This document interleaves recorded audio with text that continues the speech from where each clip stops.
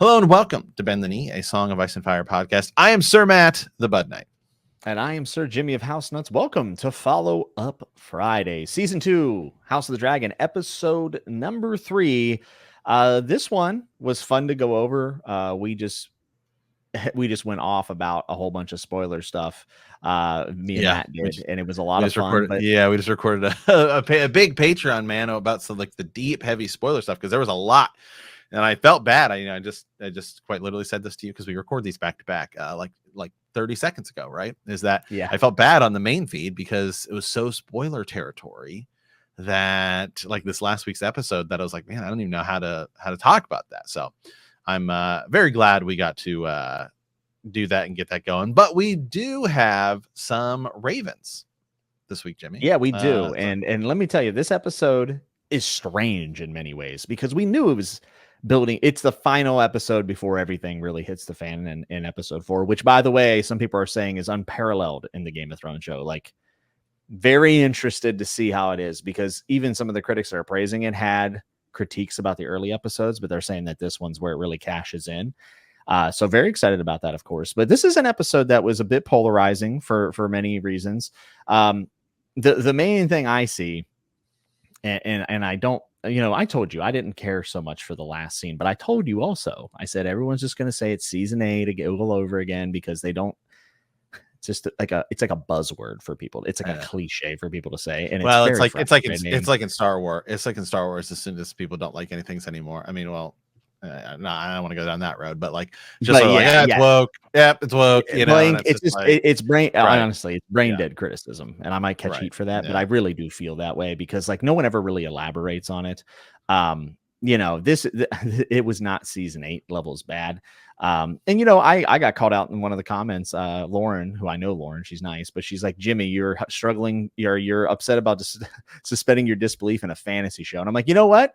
You're not wrong. Like, I'm willing to accept that dragons can just generate fire in their body somehow, which seems very unlikely, but I am upset that the queen went into a disguise. So, part of this is there are things to have a little bit of fun, there are things that was like I will say to that though, is that when you establish rules in something, right, you have to work within the framework of the rules that you have created. Right. And then when you do something outside of it, then it like brings the whole thing down. It's like, well, hold on a second, because I thought that this was sort of the way there's still those things, right? Yeah. Like that you don't want to see kind of betrayed. And to be fair, like the human nature of characters in Game of Thrones is usually a little bit lower, closer to what we deal with, or at least an exaggerated version of that. However, and this is something I had to remember. I like the scene though. See, and you like the scene. Yeah. No, and I'm still in the camp that I didn't really like it that much, but I didn't think it was anywhere near a disaster. I think it got the point across. We had a couple people reach out and say, that I misinterpreted the scene with Rhaenyra and Alicent because I was thinking maybe Rhaenyra was having doubts leaving it. I don't think that that's such an unreasonable take, but I also understand what they're saying. They're both kind of like, oh my gosh, this whole thing was over like this name being the same. Obviously. Yeah, I did post a short on that, but it was also, if you actually listen to our full episode, that was like minutes after we watched it and we were talking about it. And then we actually have another take at the end of it where we were much more on page with what actually went down. Yeah, the unfortunate thing is, they don't know that it's an instant. Yeah, I know. I know. Again, it is what it is. It's the internet. It's fine. One thing I do want to say, and I don't want to fall into this trap because this is another thing I see really prevalent online, especially with like online critics. And I don't mean like people who work for publications and stuff. I mean people with like channels and influence and stuff. Yeah. Listen, people are like, well, that's not the most logical decision someone could make. And again, remember, I didn't like the last scene. However, you cannot expect every single character to make the best calculated move every single time. That's not how it works. And also would not make for very fun stories. People mess up all the time. People take the least logical approach. I could tell you a million times in the last week where I did not make the most logical decision. And it probably bit me in the butt to varying degrees, right? So the one thing I never want to fall into is I don't want to say, well, this wasn't the most logical decision possible to make, therefore this is bad. I don't think that's a quality criticism. I also don't think it's a realistic criticism. And I think it also neuters the opportunity for character growth, mishaps, interesting things to happen. At the end of the day, we are trying to tell an interesting story. So even as someone who did not like the last scene, these are things that I'm seeing that I don't necessarily agree with. And any argument that this didn't happen in the books, folks, Fire and Blood is sparing in detail, and fidelity to the source material is not a guaranteed good adaptation. There were plenty of things that were not in the books in Game of Thrones, no matter how you feel about the last few seasons and the earlier seasons, there's changes. There's things that did not happen in the books that were very good. So fidelity to source material is not mutually exclusive to quality. That is not how adaptation works. Like, I'm sorry, it just isn't. So the fact that this scene wasn't in the books, to me, again, is not really a quality criticism of it. I think you can question Rhaenyra. I think you can maybe look at her character a little bit differently for making this type of decision. Like, to me, it shows that she is a bit brash, which we're going to see later on, by the way. She makes a lot of brash decisions. Yeah. And we haven't seen all of Rhaenyra's character yet. But those are just some things that were on my mind as someone who did not like the last scene. Just some of the regurgitated low effort, low hanging fruit criticism of it almost turned me for it, because I was like, am I in this camp of people? Ugh. Yeah, I don't know. Yeah, that's fine. You have different things. Everybody has different things they like. And that's right. You don't have to like, again, I didn't really like the scene, but just some idea, just some things out there that I see. You and I had a sort of a different take on Blood and Cheese, where I initially was like, I didn't like it. And then we saw the beginning of the next episode and we were like, this is pretty good, and then changed our mind. Exactly. I know. Yep. And we are attached to the books and the source material. Sometimes it takes a little bit to get out of that mindset. And there's nothing wrong with that, by the way. These live in two different canons, as George has said. So it's okay to like both. He reiterated that this week. Yeah. I mean, I feel like George is always a little bit handcuffed with things he wants to say. Like, I feel like he really would like to say more, but he can't because they're paying him $10 million or whatever. Yeah. By the way, earlier you said the word perhaps, and all I could think about, by the way, and we didn't mention this, was that, man, we're hearing the word mayhaps a lot in the show. Let's go.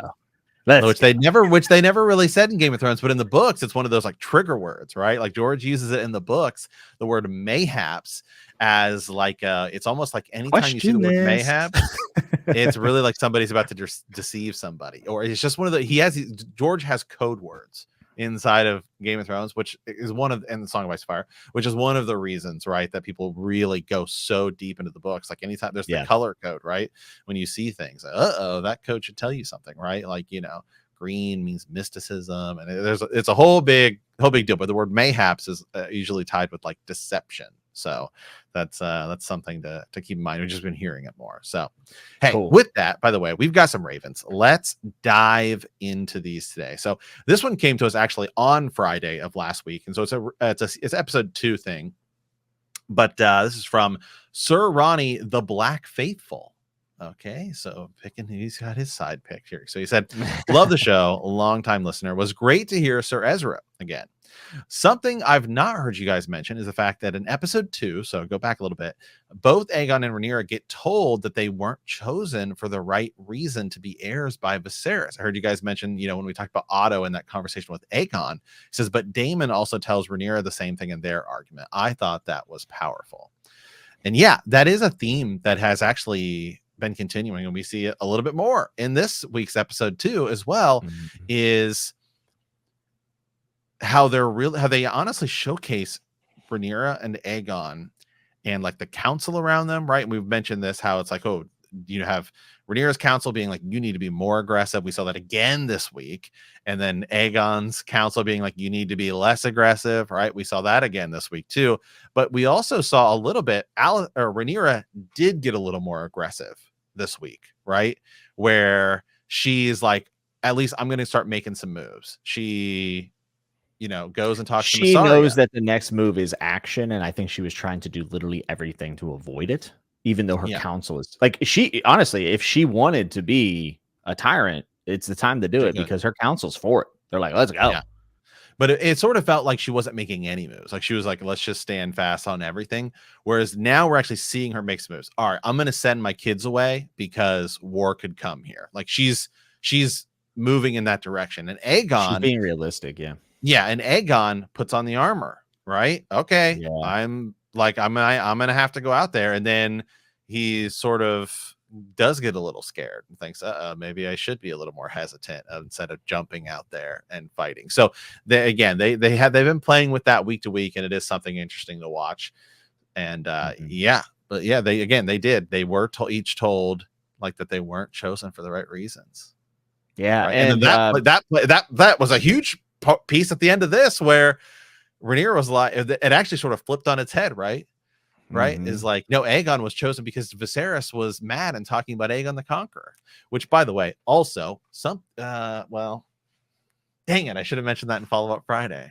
Well, I think we've mentioned it before, but the Aegon he's talking about might be another Aegon too. So actually, there's a lot of Aegons he could be talking about, right? Because there's too many Aegons, guys. There's too many Aegons. Yeah, there's obviously there's 3 more Aegon kings, right? He could be talking about any one of those Aegons, or over the hundreds and hundreds of years of history. Yeah, or maybe he means Aegon is the one who would do it, meaning in the showverse, Jon Snow. All right, because he is supposed to be Aegon. Yeah, that's right. In the show canon, his name is Aegon, of course. He could also be talking about Aegon the Third, or Aegon the Fourth, or Aegon the Fifth. Yeah, I mean, there's too many, but one of the things that is probably a good takeaway from this, mayhaps, is that this method of picking a ruler is bad and not good, and not going to lead to the most constructive leadership. Like, you really are, like, the whole flipping a coin for a Targaryen. Well, you're kind of flipping a coin. Maybe you could argue that in any system you're flipping a coin, but like, especially here in Westeros, like, we see many times somebody inherit the throne that is considered not worthy of said thing, for a little bit of a wink and a nudge there. But I'm just saying that there is a ton wrong with the system, and I think overall the show is actually pointing towards that most of the time. Like, that's kind of if there's any lessons to take from this, maybe that might be the main one. So, and the funny thing is this is the same exact system that has kind of affected Rhaenyra in a bad way, right? And yet she wants the position, and she wants to continue to perpetuate this. So there's a lot to this, and I think them both being deemed not fit in the way that they were appointed is probably a sign of that. Yeah, absolutely. Okay, let's continue on here. It's from Tanner. He's a long time listener. He says, hello, Sir Matt, Sir Jimmy. I look forward to your episodes every week, so thank you for all that you do. I loved episode 3, even though it was primarily a setup episode. A couple of thoughts. Did you know Diana, I think is maybe how they pronounce her name, Aegon's former handmaiden in the Flea Bottom Bar? Yes, and we actually did a big, long talk about her over on the Patreon episode, by the way. Because now I think there might be something like huge plan for her. Huge plan for her, which I was not expecting at all. But yeah, I mean, on one hand, it could just be that they are continuing to show the small folk, and how, they showed cheese again on the wall. They've been focusing on showing the small folk and how they're interacted by this. I mean, she used to work for the king, and now here she is working in a bar, getting her, butt slapped, and I mean. Yeah, so clearly still affected by the assault. And then Aegon comes in, and he's drunk, and he probably doesn't even realize, who she is. Not that he really sees her, but that's something else she would have to then deal with, is like, oh, there's the king, just there's the king fooling around, right? And I get removed from my like good job, and I'm serving him once again. Like, I'm serving him beers and being slapped. Yeah, could be that, or it could be something even bigger. We'll have to wait. It could be something where they morph a couple characters together in the future. Who knows? For sure. We'll keep it spoiler free. However, that is a note that I missed on the first watch through. I actually had a note about it because I realized, but then we got talking about other stuff, and there's always a lot in these episodes. I mean, there's even like very small nods to the books. I mean, there's just a lot in these episodes, so we don't always get it right on that initial reaction or get everything. This is something I picked up after the fact, and even if she doesn't play a role in the future, just that reoccursion though, I think is a really good reminder of the pain she went through, and like, again, the small folks are suffering, right? Yeah. Okay, he also says, I thought it was hilarious that although the Vale requested a dragon rider in exchange for their support, they sent Joffrey, a child. Well, that's the best they can offer. And honestly, they also sent 4 dragon eggs. Yeah, I think that we're going to end up seeing this scene, by the way. Like, I think we're actually going to see that. Well, they didn't send the dragon eggs to the Vale, sorry. But they sent the Essos. But by the way, I think we're going to see the errands. in this show. I think we will get that scene, which is going to be really cool. Yeah. Oh, I do too. Okay, here we go. Oh, here's another one. Sir Ronnie, the Black Loyalist, right? I just go through the emails as we get them here. So he said, overall, I really enjoyed, this is on episode 3, of course. He says, overall, I really enjoyed the episode. I wasn't too thrown off by Rhaenyra getting into the Red Keep, King's Landing, and then the Sept Baelor. And loved the Harrenhal parts of the episode. I'm at a 4 out of 5 for this episode because I love the supernatural aspects of Westeros and I'm here for it. One question I had are the 2 new members of the Kingsguard, the 2 guys that Aegon II was getting drunk with on the Iron Throne in the was that the 2 guys he was getting drunk with on the Iron Throne in the first episode? I would have to go back and watch that. I don't know for a fact, but I'm like pretty sure they're at least his goons, because like obviously the joking around and then he kind of doesn't laugh and then they straighten up, like realizing there's a power dynamic. So yeah, I think so. It seems I'd have like to go back and look, but I don't want to speak out of turn and then get yelled at by people on the internet. So I'll have to. I will. I'll pull it up here while we're talking, and I'll see if I can get it going.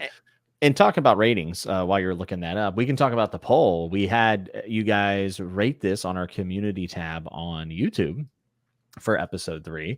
And I was a bit shocked. I actually expected to see a really low average for this episode because I was at I voted for 3 stars personally. Mm-hmm. And by the way, that's not because there's not action or deaths or whatever.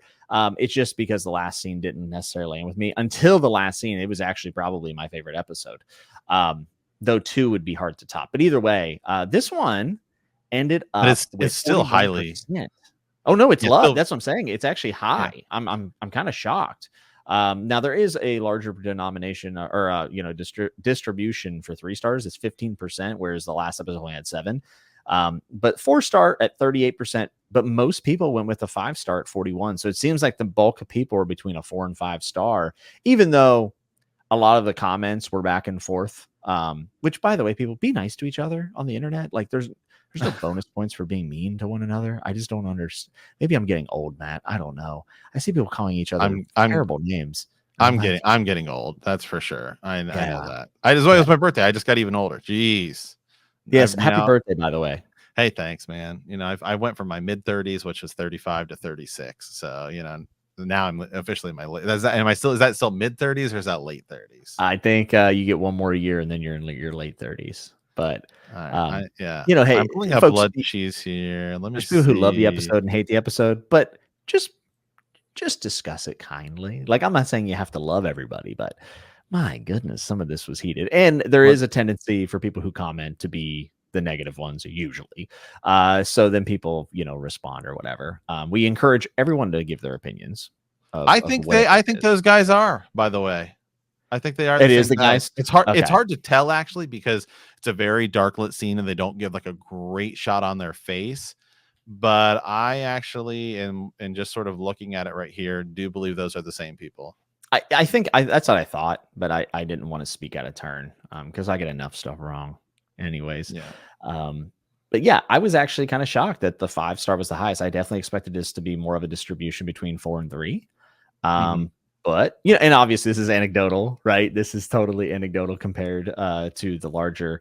I will pull up the IMDb rating that we always. Yeah. By the way, here real quick, because now I'm skipping through episode 3 just to see the see if I can find that little scene with the same guys.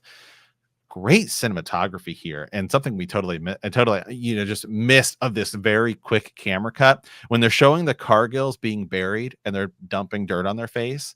The next scene they cut to, like immediately the next frame, is Kristen Cole, but it's the camera looking up at him, right? So the camera's below at him, so then it infers actually, right, that he was like, it's just the way you do camera work, even though they're in totally different places or whatever. But by having him looking down at the camera, he's actually reading something or something, but it makes it almost feel like he was looking down at them, like, oh, this was your mistake. Now that both these guys are dead. Geez, like it's the small little details of like framework and stuff like that. You don't. And this is also stuff that most people will not pay attention to and take for granted for how many other shows we watch where things just aren't this polished. And that's mainly due to HBO. It is okay. I can confirm now. It is the same guys. Okay, cool. IMDb, by the way, we always bring up the IMDb ratings. Now they tend to fluctuate over time, but for right now, it's sitting at an 8, which ties the least popular episode or least liked episode on IMDb, which was episode 6 with the cast change, which is funny because me and you love episode 6. Me and you said we immediately felt the improvement in the show, actually, but I think a lot of people were mad about the cast change. So this is on par with the least favorite episode. I have a high feeling, or maybe it's highly probable that I think episode 4 is going to be the highest rated of them all. Oh, actually, easily. Yeah, it seems easily. People I know that have actually, been able to watch the episode ahead of time are saying that like it's insane. So yeah, I know. I'm Which hoping. By the way, yeah, let's go. Okay, I know some people are. Hey, we have some friends in the Song of Ice and Fire community. MJ, Gray Area. We've been on your show. You've been on here. Awesome. She's awesome, right? I think I've been on her show like 2 or 3 times. I mean, what do we have to do to get? How do we get this hookup? How do we get the hookups? The answer is not be a podcast. Yeah, I think so, man, because they look at they must look at maybe it's just YouTube numbers or TikTok numbers, because I know some of the TikTok people got it first or whatever.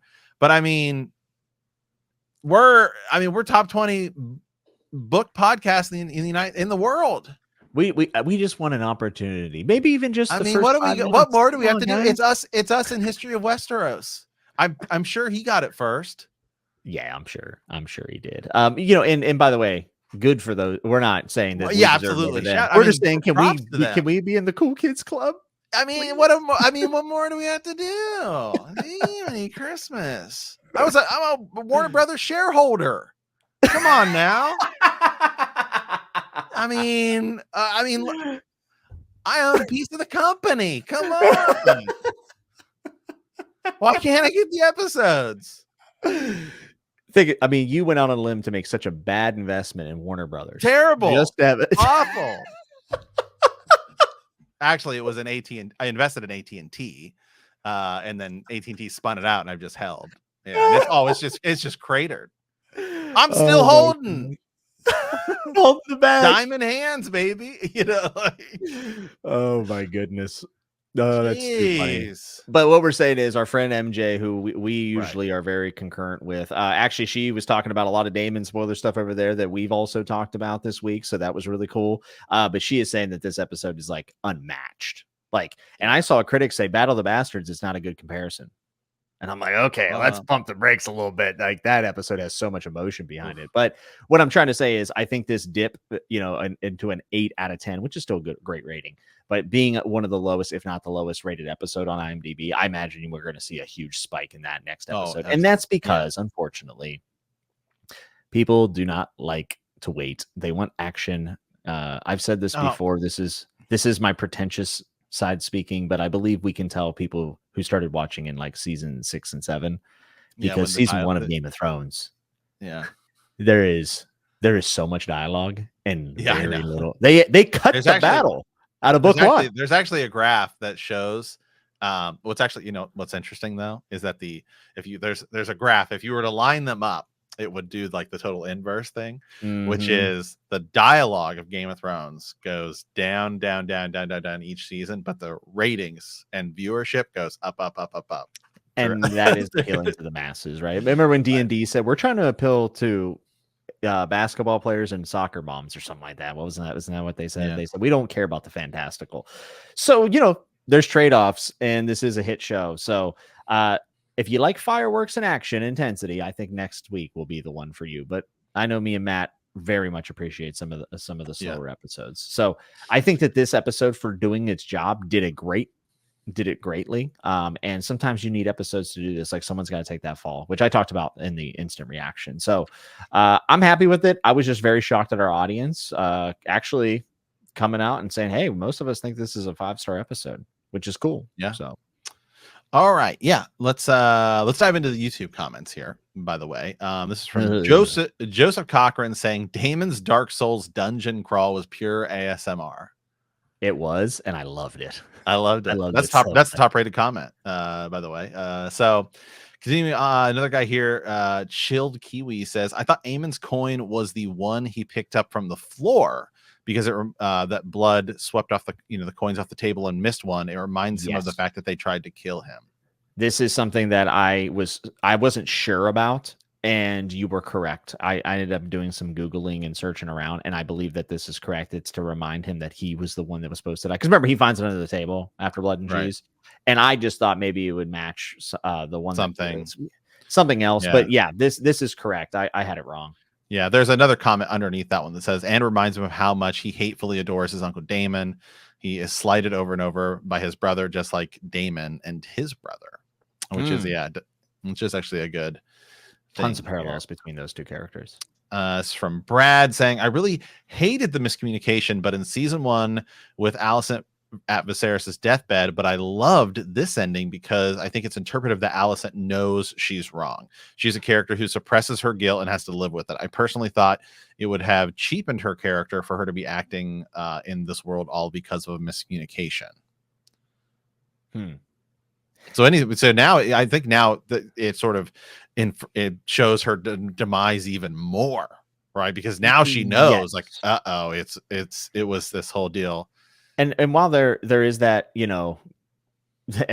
people have feelings about that last scene. What it sets out to accomplish for the characters, for me, works. And that's why I don't despise the scene. I'm like, okay, I see what they were going for, even though I wish it would have maybe been done a little bit differently.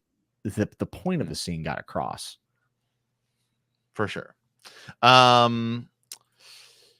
Let's see here. Another one here from Crystal saying, stuff you can hear in the Harrenhal sequence. A woman, young Rhaenyra says Daemon's name when he first enters Harrenhal as he's walking down the stairs. You can hear giggles when Daemon goes to the bottom of the stairs. And also when Daemon is looking over the court underneath the cheering, you can hear some muffled words that sound like burning alive. Another one calling Daemon's name by a woman, but you cannot tell who it is. Yeah, I see. I didn't pick any of that up, by the way, the first time I watched it. So I need to go. I have back my stuff cranked, like cranked, max volume. Like the cats run away, they hate it. But I heard a lot of stuff in that scene, and I wasn't sure about all of it, but I know I had heard the crowd cheering kind of deal, which is why I brought it up in the main reaction. Yeah. Let's continue on here. Was looking for videos where people talking about George's latest words of wisdom post, and you guys didn't disappoint. I ended up watching this whole episode breakdown and agree with all your points. We'll definitely be back. That's from Shermy. Hey, thank you. I know we come up quite often for Winds of Winter. So yeah, it's kind of our jam. Kind of our deal. Yeah. If you need hopium or copium, we have a overstock here at Bend the Knee.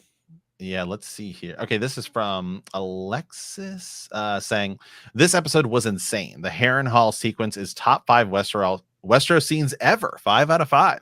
I think the episode proves my theory of Daemon knowing the Song of Ice and Fire prophecy, more dreams, visions, possible, a dragon dream. I loved the touches of paranoia Matt Smith portrayed while in the castle. The acting between Emma and Olivia is just top notch. You guys called it. So clearly must have seen our old iceberg video. Yeah. Nice. I like to see that. There was a comment here. It's from Duboy83, maybe is how you say it. I'm not going to read all of it because I think there's maybe possibly a little bit of spoiler here. But basically they were saying, I said in the main reaction, I said, wouldn't Rhaenyra dying in the set like there in King's Landing kind of end the war? Because I was saying that basically anyone that's supporting her would have to pull out because it's a losing effort. And they point out the fact that that's not actually true. And we have a reason to believe that I'm not going to go into, but like it's more about the retribution. Like Daemon would fill that void, or Jace, or somebody else. And I think that that's true. I think there is a possibility the war would continue to wage on if Rhaenyra were to have been killed by Alicent's guards. There is a chance. I guess I was in the camp of it. I still think both are possible, but to say it definitively would end the war, I think is a bit disingenuous on my part. So I think that this comment's actually, up the right alley. Yeah, I agree. Yeah, 100%. Okay, I guess some other ones here. Johnny Come Lately 9400 says, you nerds, don't take that in the wrong way, make me want to read Fire and Blood in spite of my just right Winds of Winter George's attitude. Some other people commented because we've been saying potentially like 3 seasons of the show.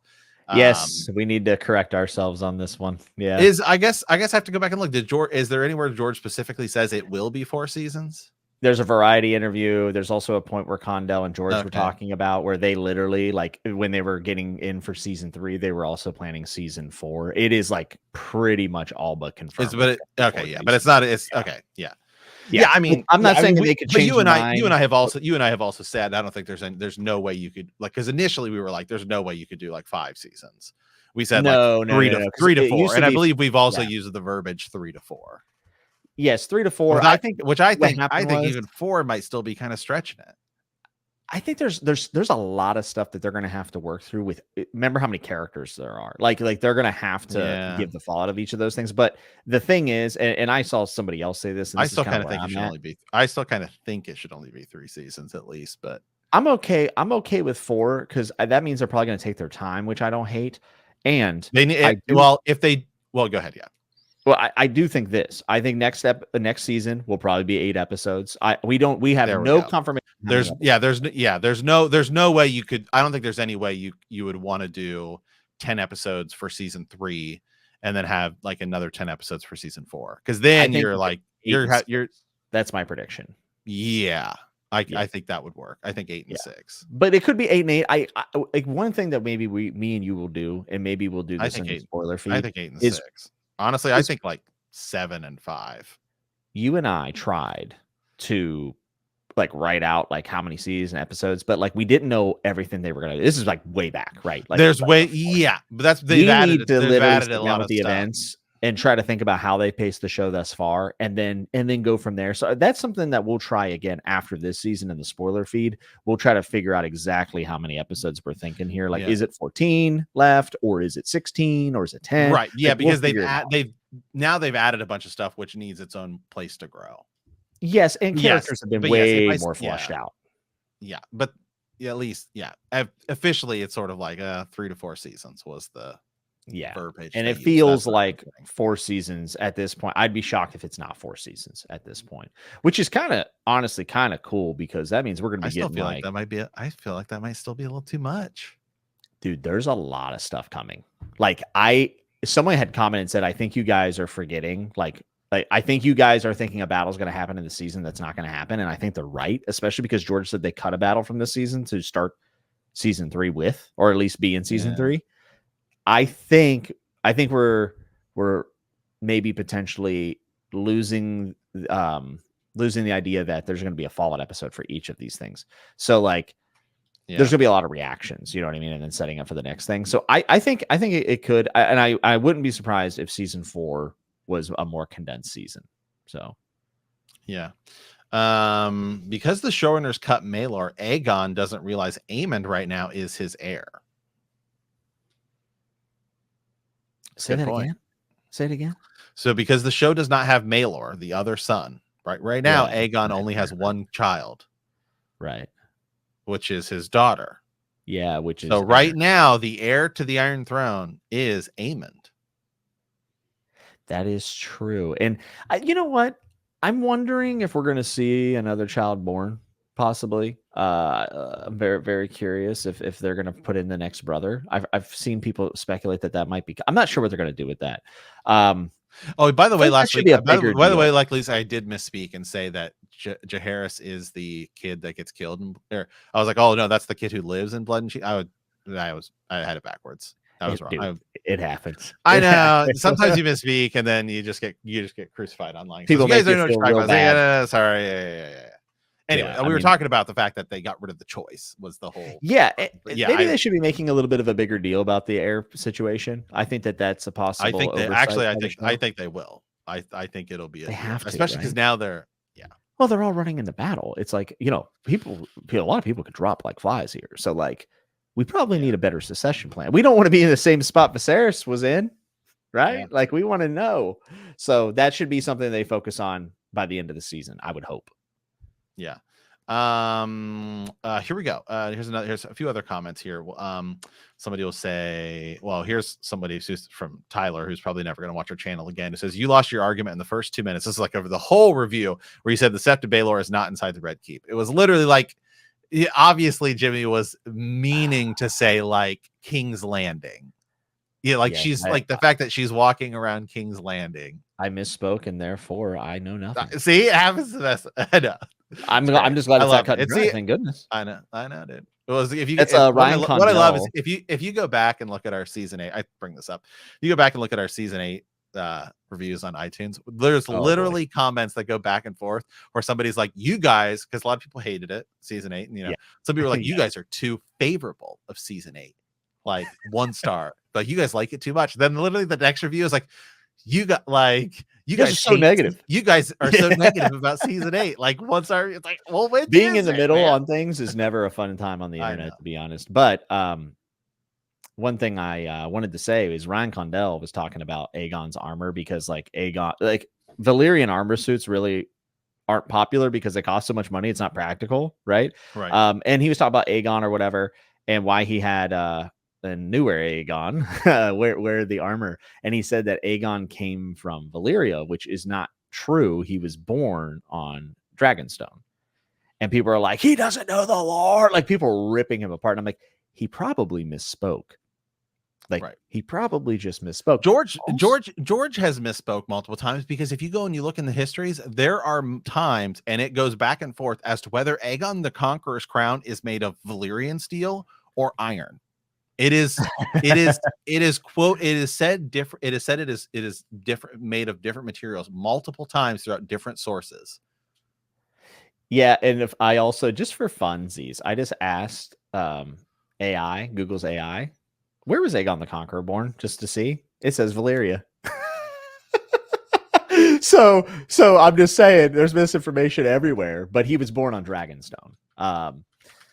Which again, I don't think it's that big of a, like, I know for people who have been in this for like 20 or 30 years, like of course it's obvious, but like either he misspoke, or here's another thing that people will hate. What if show canon changes it? What if show canon It he could was born be. in Valyria? They That might absolutely be. could do that. They could absolutely do that. And it wouldn't be the worst thing in the world if they change. Like, it doesn't matter that much. Yeah, I know. This is where we're gonna get yelled at. So I'll cease my arguments. Here we go. I'm an Let's idiot. I said red keep. no, we'll keep going here. This is okay. So Joshua Johnson, I believe, it says some people don't like that Rhaenyra took such a risk, but actually loved it. If she believes that it is worth risking herself to prevent a war before risking thousands of innocent men, it makes sense with the Song of Ice and Fire prophecy. Yep. Some other comments here is kind of rapid fire some of these. Hey, this is from MYU. It's to be 2410, right? Saying, hey, you guys noticed the bar girl, the Targaryen bastard guy hits, is the same girl who was raped by younger Aegon, right? Could she be one of Mysaria's heirs from King's Landing? Ooh, I kind of like that. Maybe that's the route they're going with it. Yeah. Yeah, and it's also kind of speculated that Daemon has someone on the council, possibly. And then, like, there's also so much Laris that we could speculate about, by the way. I know that I'm kind of going off this point, but by the way, I didn't know this. I saw this on the internet, of course. Whenever we see Allison's brother meet Kristen Cole, Laris is in the background. He's watching him. He's literally on the steps. And it's like, well, why is he there? Did he have something to do with this? Is he scheming? Like, dude, Laris is the shadow over this whole show, and I kind of love it. The actor's so good, by the way. I think he's tremendous. Yeah, and now he has his Master of Westeros. So, woo! All right, man. It's rapid fire there of the comments we got. Hey, we appreciate it, guys. Leave us comments on YouTube. Send us an email right at bendthekneepodcast.com or btkcast, right? At gmail.com. btkcast@gmail.com or bendthekneepodcast.com. Yep. Yeah. At some point, we're gonna update that website and get her going. Jimmy and I keep talking about it. That we're both busy. I do it all week for work, and then I would just want to, die if I see any code. Right. Yeah. We will. It will happen. It's on my short list of things to do. So, anyway, yeah, guys, woo. Just did a big Patreon episode. Jimmy and I just recorded these back to back, by the way. So now we've been recording for like, I don't know, what's it say here? Like an hour and a half, something like that. So, yeah, follow up Friday. Glad to keep it going. Keep all your guys' thoughts, theories, and ravens coming. And hope we record these on Wednesdays, and then they go up on Friday. Although last week I accidentally dropped it Thursday night, so who knows? It's follow up something at some point during the week. At this point, really. Yeah. So, you guys like how can we trust you guys to get Game of Thrones facts correct when you guys can't even get the days right of the week? Yeah. We're cooked. Seriously. Anyway, I hope you guys have a good 4th, or if you're listening to this on Friday, had a good 4th of July. Make sure to eat a burger, a brat, and a steak, because you'll need all that energy if you're gonna, start blowing fireworks up. So, and keep your fingers. Yes, be Okay? careful. Be careful. I mean, not that you'll be hearing this after 4th of July, so I hope you still have all your fingers. Hey, and also, just once again, shout out to Kenya. Shout out to Kenya. Seriously. Who does not have kangaroos. I had an Australian, by the way, tell me, Matt. He said kangaroos are the one thing we have, and he couldn't even give us that. He had to give it to Kenya. I think they have something else that looks like kangaroos, don't they? They don't have kangaroos. Confirmed. There's something else that kind of looks like kangaroos, but it has like horns that kind of go back or something. What is that thing called? Deer? Not a deer. Chopper? No. Tony. Things that look like kangaroos. Wallabies. I don't know. I just typed it in. This grasping. I'm gonna look it up. I'm what sure are we doing? Who knows? Anyhow, all right. We've been recording for too long today. So anyway, have a good 4th, guys. We appreciate you. We'll see you on Sunday night, episode 4. It's supposed to be pure fire. Literally, the big one. Yeah. So with that, as always, thank you guys for watching. Thank you for listening, and remember that winter is coming.